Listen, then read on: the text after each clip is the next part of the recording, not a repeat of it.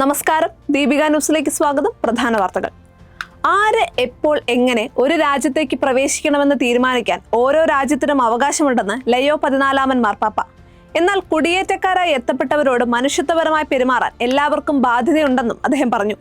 തന്റെ വേനൽക്കാല വസതിയായ കസ്റ്റേൽ ഗണ്ടോൾഫോയിലെ വില്ലയ്ക്ക് പുറത്ത് മാധ്യമപ്രവർത്തകരോട് സംസാരിക്കുകയായിരുന്നു അദ്ദേഹം.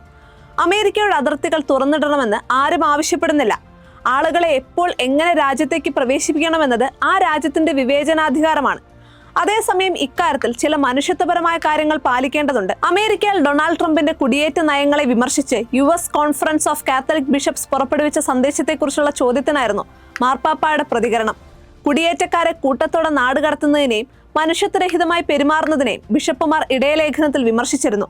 ബിഷപ്പുമാരുടെ സന്ദേശം പ്രധാനപ്പെട്ട ഒന്നാണെന്ന് ലയോ പാപ്പ പറഞ്ഞു. എല്ലാ കത്തോലിക്കരുടെയും സന്മനസ്സുള്ള ആളുകളുടെയും ശ്രദ്ധ അതിലേക്ക് ഞാൻ ക്ഷണിക്കുകയാണ്. കുടിയേറ്റ നയം നടപ്പിലാക്കുമ്പോൾ ആളുകളോട് മനുഷ്യത്വപരമായി പെരുമാറാനും അവർക്കുള്ള അതേ മാന്യതയോടെ ഇടപെടാനുമുള്ള വഴികൾ നാം തേടണം. ആളുകൾ നിയമവിരുദ്ധമായി അമേരിക്കയിൽ താമസിക്കുന്നുണ്ടെങ്കിൽ അവരോട് പെരുമാറാൻ വഴികളുണ്ടെന്ന് അദ്ദേഹം പറഞ്ഞു. കോടതികളുണ്ട്, നീതിന്യായ വ്യവസ്ഥയുണ്ട്. ആ വ്യവസ്ഥയിൽ പരിഹരിക്കപ്പെടേണ്ട നിരവധി പ്രശ്നങ്ങളുണ്ടെന്നും അദ്ദേഹം ചൂണ്ടിക്കാട്ടി.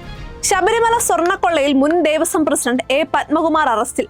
SIT ആണ് പത്മകുമാറിന്റെ അറസ്റ്റ് രേഖപ്പെടുത്തിയത്. ഇന്ന് SIT തലവൻ SP ശശിധരന്റെ നേതൃത്വത്തിൽ പത്മകുമാറിനെ ചോദ്യം ചെയ്തിരുന്നു. ഇതിന് പിന്നാലെയാണ് അറസ്റ്റ്.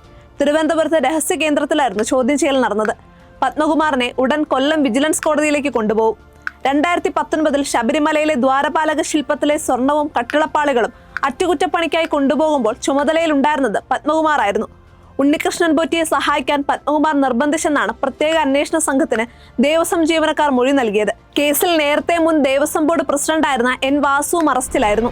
വിവിധ ബില്ലുകളിൽ തീരുമാനമെടുക്കുന്നതിന് രാഷ്ട്രപതിക്കും ഗവർണർക്കും സമയപരിധി നിശ്ചയിച്ച 2 അംഗ ബെഞ്ചിന്റെ തീരുമാനം തള്ളി സുപ്രീം കോടതിയുടെ ഭരണഘടനാ ബെഞ്ച്. സമയപരിധി നിശ്ചയിക്കുന്നത് ഭരണഘടനാപരമല്ലെന്നും കോടതി ചൂണ്ടിക്കാട്ടി. രാഷ്ട്രപതിയുടെ 14 ചോദ്യങ്ങളടങ്ങിയ റഫറൻസിനാണ് ബെഞ്ച് മറുപടി നൽകിയത്. ബിൽ ഗവർണർ അനിയന്ത്രിതമായി പിടിച്ചുവെക്കുന്നത് ഫെഡറൽ തത്വങ്ങൾക്കെതിരാണെന്നും കോടതി നിരീക്ഷിച്ചു. ബില്ലുകളിൽ ഭരണഘടനാപരമായ തീരുമാനം ഗവർണർ എടുക്കണം. ബില്ലുകളിൽ തീരുമാനമെടുക്കുമ്പോൾ ഗവർണർക്ക് വിവേചനാധികാരം ഉപയോഗിക്കാം. ബിൽ പിടിച്ചുവെക്കുകയല്ല, നിയമസഭയുമായുള്ള ആശയവിനിമയത്തിലൂടെയും ചർച്ചയിലൂടെയും പ്രശ്നം പരിഹരിക്കുകയാണ് വേണ്ടത്. തീരുമാനമെടുത്തില്ലെങ്കിൽ ബിൽ അംഗീകരിച്ചെന്ന് കണക്കാക്കുന്ന നിലപാട് ഭരണഘടനയ്ക്കെതിരാണെന്നും കോടതി ചൂണ്ടിക്കാട്ടി. രാഷ്ട്രപതിക്ക് ഈ ബിൽ അയക്കുകയോ അല്ലെങ്കിൽ നിയമസഭയിലേക്ക് തിരിച്ചയക്കുകയോ ചെയ്യാനുള്ള വിവേചനാധികാരമുണ്ട്. അനിയന്ത്രിതമായി പിടിച്ചുവെക്കാനുള്ള വിവേചനാധികാരമില്ലെന്നും കോടതി വ്യക്തമാക്കി. കരൂർ ദുരന്തത്തിനു ശേഷം നിർത്തിവെച്ച സംസ്ഥാന പര്യടനം വീണ്ടും നടത്താനൊരുങ്ങി നടനും തമിഴക വെട്രിക്കഴകം അധ്യക്ഷനുമായ വിജയ്. ഡിസംബർ ആദ്യവാരം പൊതുയോഗം നടത്താനാണ് നീക്കം. 2 ജില്ലകളിൽ 2 യോഗങ്ങൾ വീതമായിരിക്കും നടത്തുക. സേലത്ത് 3 സ്ഥലങ്ങൾ TVK നിർദ്ദേശിച്ചിട്ടുണ്ട്. ഇത് സംബന്ധിച്ച അപേക്ഷ സേലം പോലീസിന് TVK നൽകി. ഡിസംബർ 4-ന് സേലത്ത് വെച്ച് പൊതുയോഗം നടത്താനാണ് നിലവിലെ നീക്കം. ആഴ്ചയിൽ 4 യോഗം വീതമാണ് ഉണ്ടാവുക. ബുധനാഴ്ചയും ശനിയാഴ്ചയും യോഗങ്ങൾ നടത്താനാണ് ആലോചന. കോഴിക്കോട് കോർപ്പറേഷനിലെ കല്ലായ ഡിവിഷനിൽ സംവിധായകൻ VM വിനുവിന് പകരം പ്രാദേശിക നേതാവിനെ മത്സരിപ്പിക്കാൻ കോൺഗ്രസ്. പന്നിയങ്കര കോൺഗ്രസ് മണ്ഡലം പ്രസിഡന്റ് ബൈജു കാളക്കണ്ടിയാണ് പുതിയ സ്ഥാനാർത്ഥി. നേരത്തെ വിനുവിനെ കോൺഗ്രസ് സ്ഥാനാർത്ഥിയായി പ്രഖ്യാപിക്കുകയും മേയർ സ്ഥാനാർത്ഥിയായി അവതരിപ്പിക്കുകയും ചെയ്തിരുന്നുവെങ്കിലും വിനുവിന്റെ പേര് വോട്ടർ പട്ടികയിൽ ഉൾപ്പെട്ടിട്ടില്ലാത്തതിനാൽ പകരം സ്ഥാനാർത്ഥിയെ കണ്ടെത്തേണ്ടി വരികയായിരുന്നു. കോൺഗ്രസിലെ സീറ്റ് വിഭജന ചർച്ചകൾക്കിടെ DCC ഓഫീസിൽ തമ്മിലടി. DCC വൈസ് പ്രസിഡന്റ് ജെയിംസ് പന്തമാക്കനും കോൺഗ്രസിന്റെ കർഷക സംഘടനയായ DKDFന്റെ ജില്ലാ പ്രസിഡന്റ് വാസുദേവനും തമ്മിലായിരുന്നു സംഘർഷമുണ്ടായത്. ഈസ്റ്റ് എളേരി പഞ്ചായത്തിലെ സീറ്റ് വിഭജനമാണ് വലിയ സംഘർഷത്തിൽ കലാശിച്ചത്. സമൂഹ മാധ്യമങ്ങളിലും പാർട്ടി യോഗങ്ങളിലുമായി തുടരുന്ന തർക്കം ഒടുവിൽ DCC ഓഫീസിൽ നേരിട്ടുള്ള ഏറ്റുമുട്ടലിൽ കലാശിക്കുകയായിരുന്നു. സംഘർഷത്തിന്റെ ദൃശ്യങ്ങളും പുറത്തുവന്നു. ശബരിമല തീർത്ഥാടകരുടെ സുരക്ഷ ഉറപ്പാക്കണമെന്നാവശ്യപ്പെട്ട് കർണാടകയുടെ കത്ത്. കേരള ചീഫ് സെക്രട്ടറിക്കാണ് കർണാടക സർക്കാർ കത്തയച്ചിരിക്കുന്നത്. മതിയായ സുരക്ഷയും ഗതാഗത സൗകര്യവും ഉറപ്പാക്കണമെന്ന് കത്തിൽ ആവശ്യപ്പെടുന്നുണ്ട്. ലക്ഷക്കണക്കിന് അയ്യപ്പ ഭക്തരാണ് കർണാടകയിൽ നിന്ന് എത്തുന്നതെന്നും തീർത്ഥാടകരുടെ സുരക്ഷ ഉറപ്പാക്കാൻ നടപടി വേണമെന്നും കത്തിൽ പറയുന്നു. കർണാടക ചീഫ് സെക്രട്ടറിയാണ് കത്തയച്ചത്. അതേസമയം ശബരിമല ദർശനത്തിന് അനുവദിക്കുന്ന സ്പോട്ട് ബുക്കിംഗ് 5000-ആയി നിജപ്പെടുത്തി. ഹൈക്കോടതി നിർദ്ദേശത്തെ തുടർന്നാണ് തീരുമാനം. നിലയ്ക്കൽ, വണ്ടിപ്പെരിയാർ കേന്ദ്രങ്ങളിൽ മാത്രമായിരിക്കും സ്പോട്ട് ബുക്കിംഗ് ലഭ്യമാവുക. പന്തീരങ്കാവിൽ പട്ടാപ്പകൽ ജ്വല്ലറിയിൽ മോഷണ ശ്രമം. മോഷണം നടത്താൻ ശ്രമിച്ച സ്ത്രീയെ നാട്ടുകാർ പിടികൂടി.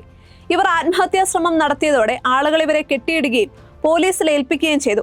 പന്തീരങ്കാവിലെ സൗപർണിക ജ്വല്ലറിയിലാണ് സംഭവം. രാവിലെ 10ഓടെയാണ് യുവതി ജ്വല്ലറിയിലെത്തിയത്. ഇവർ ആവശ്യപ്പെട്ട പ്രകാരം സെയിൽസ്മാൻ ആഭരണം കാണിച്ചു കൊടുത്തു. ഇതിനിടെ സ്ത്രീയും സെയിൽസ്മാനും തമ്മിൽ തർക്കമുണ്ടാവുകയും കടയുടമ ഇടപെടുകയും ചെയ്തു. ഈ തർക്കത്തിനിടെയാണ് ഇവർ ആഭരണം മോഷ്ടിക്കാൻ ശ്രമിച്ചത്.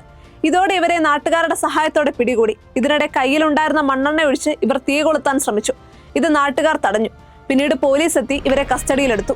മലയാളി യുവതി ഇസ്രായേലിൽ അപകടത്തിൽ മരിച്ചു. കോട്ടയം ചങ്ങനാശ്ശേരി കുറിച്ചി തുരുത്തി മുട്ടത്തിൽ വിഷ്ണുവിന്റെ ഭാര്യ ശരണ്യ പ്രസന്നനാണ് മരിച്ചത്.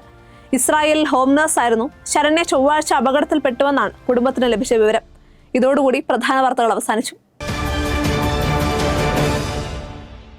സത്യസന്ധമായ വാർത്തകൾ അറിയാൻ ദീപിക ന്യൂസ് ഫോളോ ചെയ്യൂ.